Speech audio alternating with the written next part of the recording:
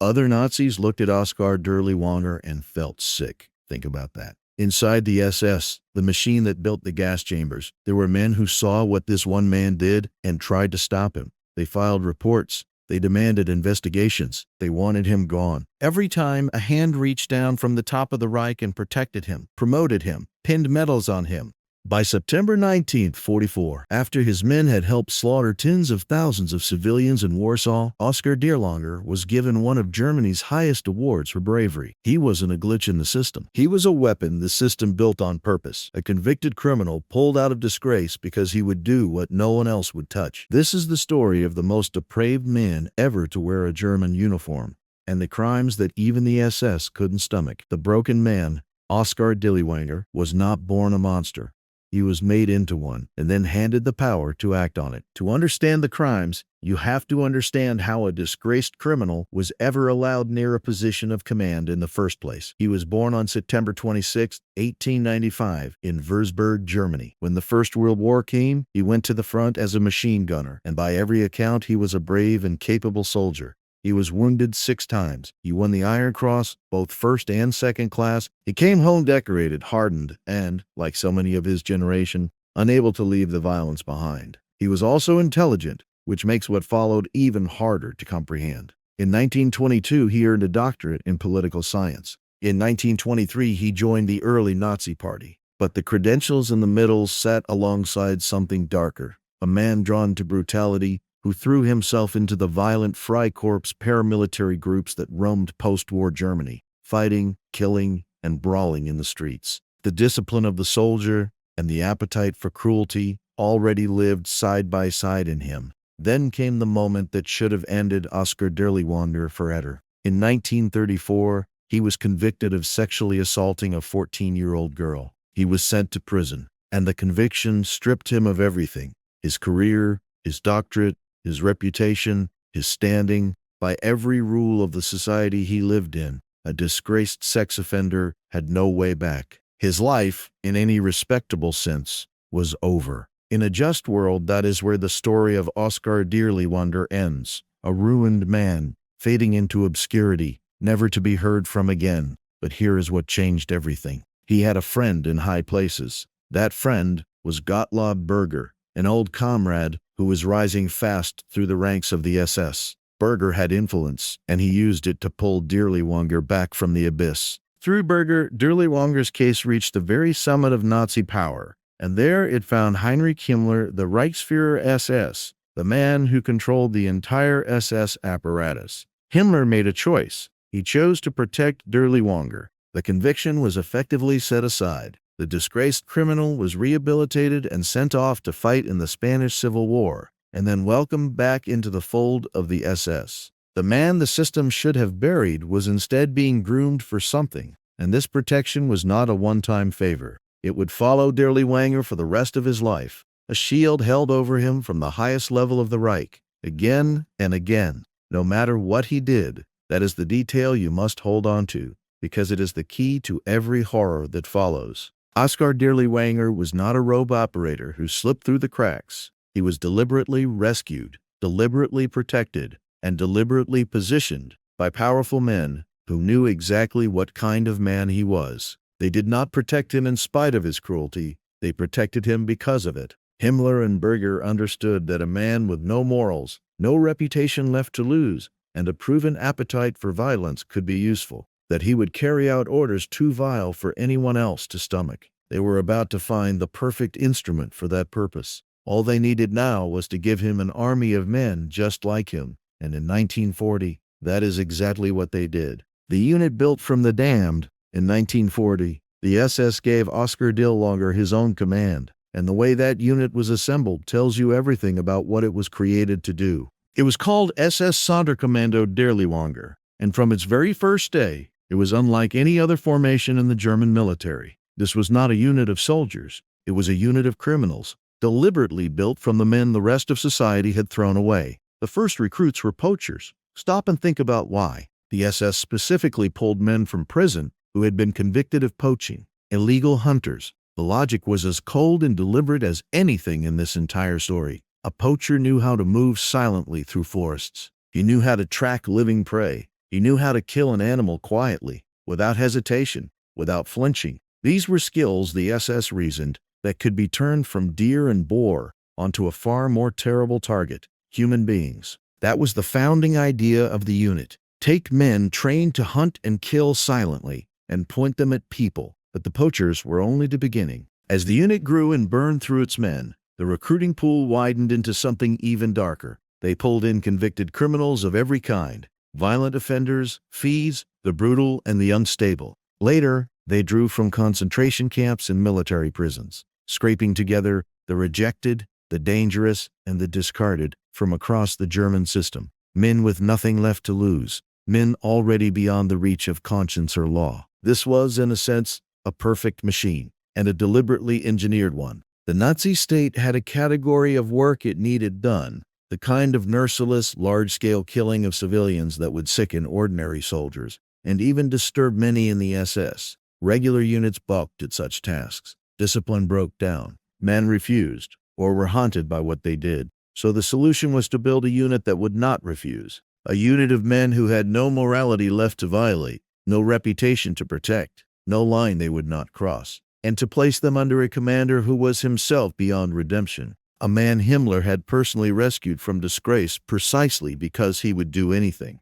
And here is the grim genius of it. The men in Dirlewanger's unit were not just willing killers, they were trapped. Many were prisoners offered a brutal bargain: serve in this unit, or rot and die where they were. Their survival depended on their usefulness, and their usefulness was measured in violence. Dirlewanger ruled them through terror, reportedly executing his own men for the smallest infractions. It was a unit held together by fear at the top and fear at the bottom, and the only outlet for all that fear was the people unlucky enough to be in its path. From the start, the unit's behavior was so extreme that it alarmed the very system that created it. Even other SS and German officials filed complaints, disturbed by the drunkenness, the chaos, and the savagery. There were attempts to investigate it, to discipline it, to shut it down. None of them succeeded, because every time the complaints climbed toward the top, they ran into the same immovable wall, their Dirlewanger's protectors. Berger and Himmler shielded him and his unit again and again,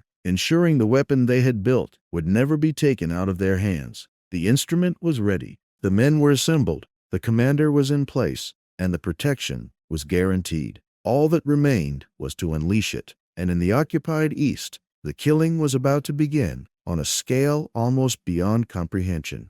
The killing fields of Belarus. In 1942, Dirlewanger's unit was sent east into occupied Belarus, and it was here, in the forests and villages of that battered land, that his crimes reached their largest and most systematic scale. The official mission was anti-partisan warfare. On paper, that sounds almost legitimate, hunting down armed guerrilla fighters who were attacking German forces. But you have to understand what those words actually meant in practice, because the gap between the label and the reality is where the horror lives. In the hands of units like Dirlewanger's, anti-partisan operations rarely meant fighting armed partisans at all. It meant something far darker. It meant descending on rural villages, suspected, often on the thinnest of evidence, or none, of sympathizing with or sheltering resistance fighters, and destroying them. Not the fighters, the villages, the people, the men, the women, the children, the elderly. Entire communities wiped from the map and burned to the ground. This was the true purpose for which Dirlewanger's unit had been built, and in Belarus it was given free rein. Across 1942 and 1943, the unit moved through the countryside, leaving devastation behind it. Villages were surrounded and their inhabitants killed.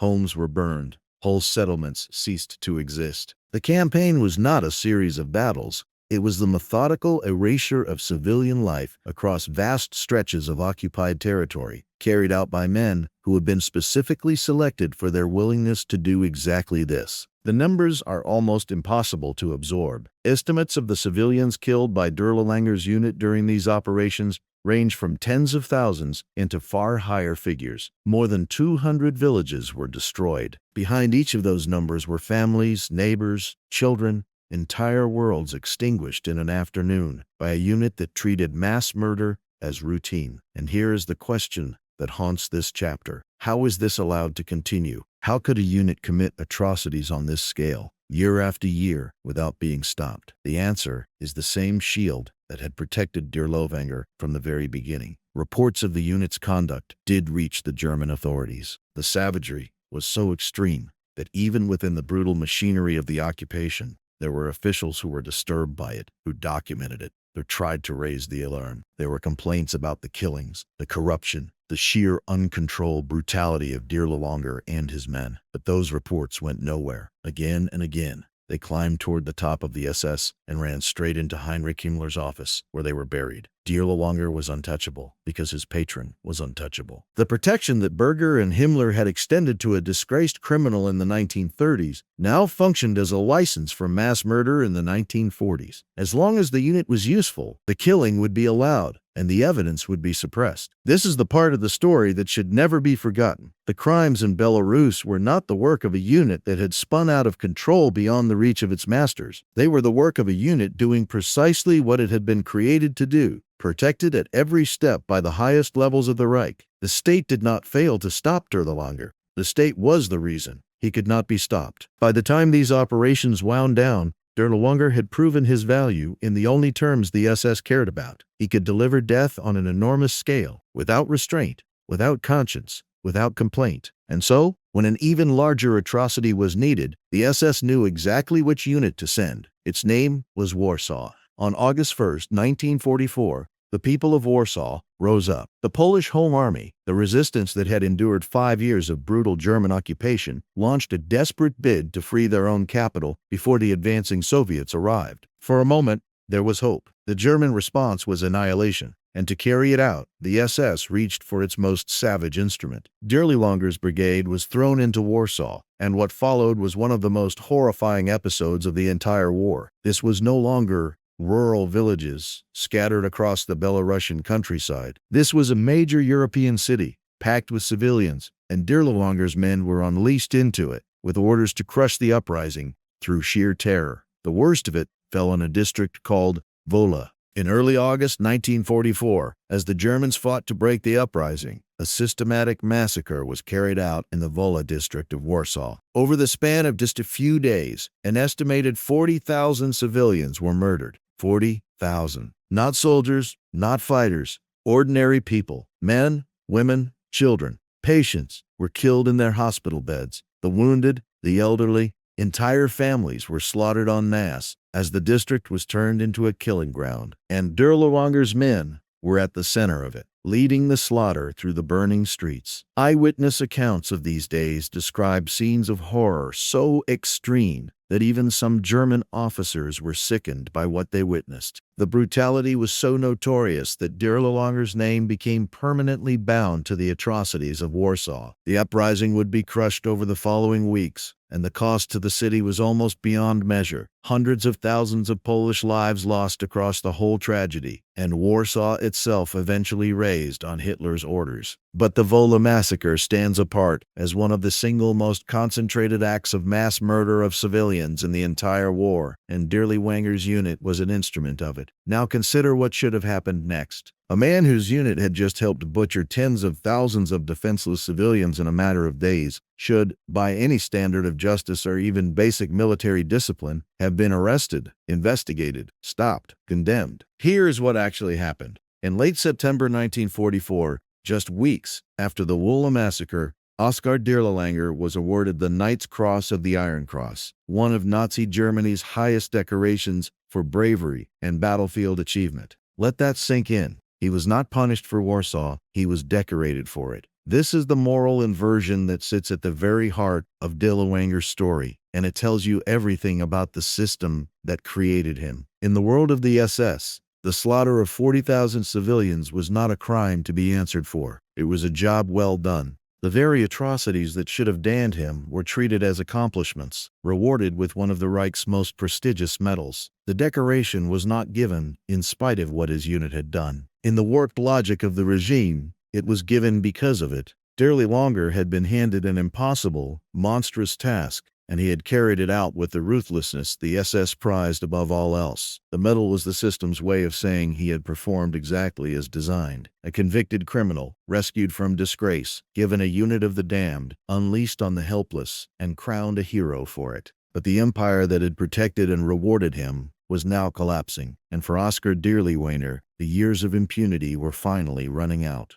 The reckoning that never came. By early 1945, the Third Reich was dying, and in its final months it gave Oskar Dirlewanger one last absurd reward. His brigade of poachers, criminals, and the discarded, the unit that should never have existed, was formally elevated into the 36th Waffen-Grenadier Division of the SS. A formation born in disgrace had become, on paper, a regular division of the German army. The system honored its monster to the very end, but the paper meant nothing now. The Red Army was driving west with overwhelming force, and the men who had spent years burning villages and slaughtering civilians knew exactly what awaited them if they were captured. And here, the great brutalizer revealed what he truly was, the man who had shown no mercy to anyone, who had ordered the deaths of tens of thousands, who had decorated himself in the blood of the helpless, discovered that he had no stomach for his own destruction. Around April 25, 1945, as his division was shattered in the fighting and the front collapsed, Dirlewanger abandoned his men. He stripped off the uniform he had worn through every atrocity, pulled on civilian clothes, and ran, hoping to vanish into the chaos of a defeated Germany like any ordinary man. For a few weeks, it nearly worked. He made his way south and west into territory falling under French control, traveling under a false name, just another anonymous face in a landscape full of them. But faces remember what papers can hide. Around June 1st, 1945, French occupation forces detained him and placed him in a prison camp at Altshausen. And there, his disguise failed completely. Someone recognized him. The strongest accounts point to Polish guards serving with the French, men who knew exactly who Oskar Dirlewanger was, men who may have seen Warsaw burn, men who had every reason to remember that name. What followed was not a trial. Over the nights of early June 1945, Dirlewanger was beaten, severely and repeatedly. By June 7, 1945, he was dead. The official record listed natural causes. Almost no one believed it then, and the injuries later associated with his death, fractured ribs, a fractured skull, told a very different story. The man who had ordered so many deaths died on the floor of a cell, killed by the hands of men who had survived him. There is a rough justice in that, but it is not the justice that history needed. Because consider the timing. Oskar Dirlewanger died on June 7, 1945. The Nuremberg trials, the great courts built to make the architects of Nazi crime answer before the world, did not open until November 20, 1945. More than 5 months too late. He was never questioned, never cross-examined, never forced to sit in a dock and account for Belarus, for Warsaw, for the tens of thousands his unit destroyed. The evidence that would have damned him was never entered. His victims never had the chance to face him. For years afterward, rumors even claimed he had escaped, that he was alive somewhere beyond reach. The uncertainty was only ended in 1960, when his grave at Altshausen was exhumed and his remains were forensically identified. The world had to dig up a body just to be certain the monster was truly gone. And that is the final, unsettling truth of Oskar Dirlewanger. His greatest crime was never his alone. He was a weapon, found, protected, armed, and rewarded by a state that wanted exactly what he could provide. The Reich did not fail to control him. It built him, on purpose, for the work that no one else would do. He died before the world could judge him, and for every killer like him who slipped beyond the reach of justice, there are tens of thousands of graves that never got their day in court. The trials, in the end, were the exception. The silence was the rule.